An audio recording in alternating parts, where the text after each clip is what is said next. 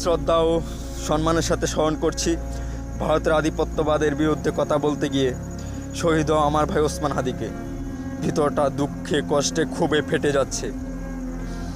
তার সাথে সাথে জানাচ্ছি যে এই বাংলার মাটিতে দাঁড়িয়ে যেখানে ভারতীয় আধিপত্যবাদের বিপক্ষে কথা বলতে গিয়ে আমার ভাই শহীদ, সেই বাংলার মাটিতে দাঁড়িয়ে আর বাংলাদেশের কোনো রাজনৈতিক দলকে, কোনো ব্যক্তিকে ভারতের গোলাম হতে দেওয়া যাবে না। সেটা হোক জামাত, বিএনপি, এনসিপি, গণ অধিকার, যেই কোনো রাজনৈতিক দল, সে যেই কোনো রাজনৈতিক ব্যক্তিত্ব হতে পারে, তাকে আর ভারতের গোলাম হতে দেওয়া যাবে না।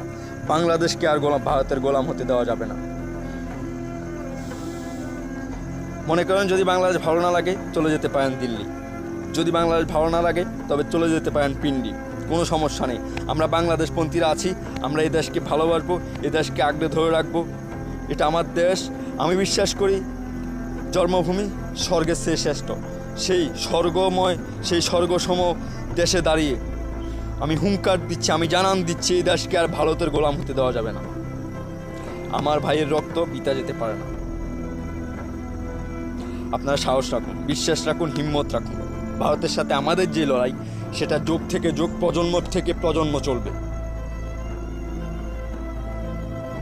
সেই বিশ্বাস, সেই শক্তি আমরা সঞ্চয় করছি, আমরা ধারণ করছি। ইনশাল্লাহ আমাদের বিজয় হবে। ইনকিলাব জিন্দাবাদ।